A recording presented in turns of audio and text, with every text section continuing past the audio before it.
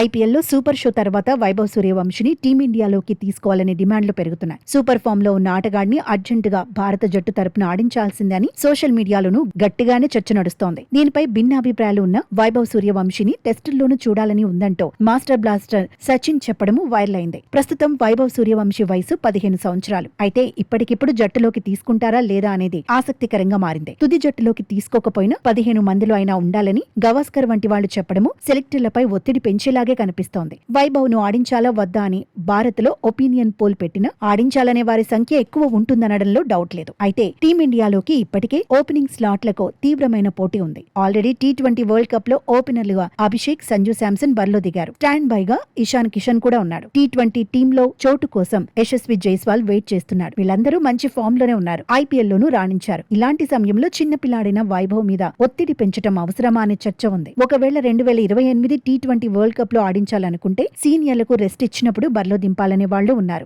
Ireland వంటి జట్టుపై వైభవ్ ను ఆడించాలంటున్నారు. అయితే ఐర్లాండ్ పై వైభవ్ హిట్ అయితే ఆ తర్వాతి సిరీస్ లో తప్పక తీసుకోవాల్సి వస్తుందంటున్నారు. ఒకవేళ పెద్ద జట్లపై ఫెయిల్ అయితే వైభవ్ పై ఒత్తిడి పెరిగే ప్రమాదమూ ఉందని ఎక్స్పర్ట్స్ చెబుతున్నారు. సూర్యవంశి టాలెంట్ పై ఎలాంటి సందేహాలు లేకపోయినా ముందుగా దేశవాళీ టోర్నీలో కుర్రాడు ఎక్కువ మ్యాచ్లు ఆడితే బెటర్ అంటున్నారు. ఫస్ట్ క్లాస్ క్రికెట్ లో రాటు తేలనివ్వాలంటున్నారు. నిజానికి వైభవ్ సూర్యవంశికి ఇప్పుడు బోలెడంతా ఫాలోయింగ్ పెరిగింది. అదే రేంజ్ లో డబ్బు కూడా వచ్చి పడుతోంది. ఇప్పటికే యాడ్స్ లోనూ నటిస్తున్నాడు. స్టార్డమ్ రోజు రోజుకి పెరిగిపోతోంది. ఇలాంటి పరిస్థితుల్లో ఒత్తిడిని హ్యాండిల్ చేయడమూ కీలకమే. సరైన దిశలో కెరీర్ ఉండేలా చూసుకోవడమూ ముఖ్యమే. సచిన్ 16 సంవత్సరాల వయసులోనే భారత జట్టులోకి వచ్చాడు. కానీ ఆనాటి పరిస్థితులు వేరు. అప్పుడు డబ్బు కంటే ఫేమ్ ఎక్కువగా ఉండేది. ఇప్పుడు ఐపీఎల్ ఎఫెక్ట్ తో హార్డ్ హిట్టర్లకు బోలెడంత డబ్బు వచ్చి పడుతోంది. వైభవ్ జట్టులోకి వస్తానంటే బ్లాంక్ చెక్లు ఇచ్చేందుకు ఫ్రాంచైజీల ఓనర్లు క్యూ కడతారనే చర్చ ఉంది. అందుకే అన్ని రకాలుగా ఆలోచించి ఎక్స్ట్రాడినరీ ప్లేయర్ అయిన వైభవ్ సూర్యవంశి విషయంలో బీసీసీఐ జాగ్రత్తగా అడుగులు వేయాలనే కామెంట్స్ వినిపిస్తున్నాయి.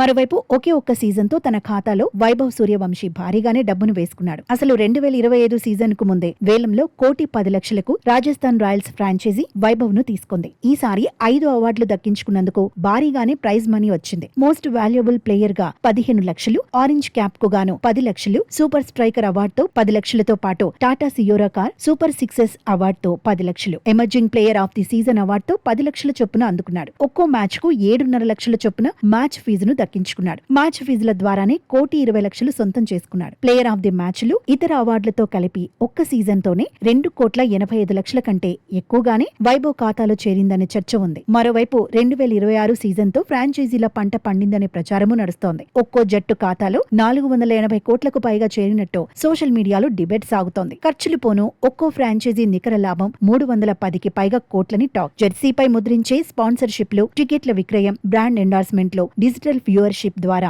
అదనపు ఆదాయమూ ఉంటుంది. మొత్తంగా Lalit Modi brain child IPL ఇప్పుడు కోట్ల వర్షం కురిపిస్తోంది. వైభవ్ సూర్యవంశి లాంటి డైనమిక్ ప్లేయర్లను భారత క్రికెట్ కు అందిస్తోంది.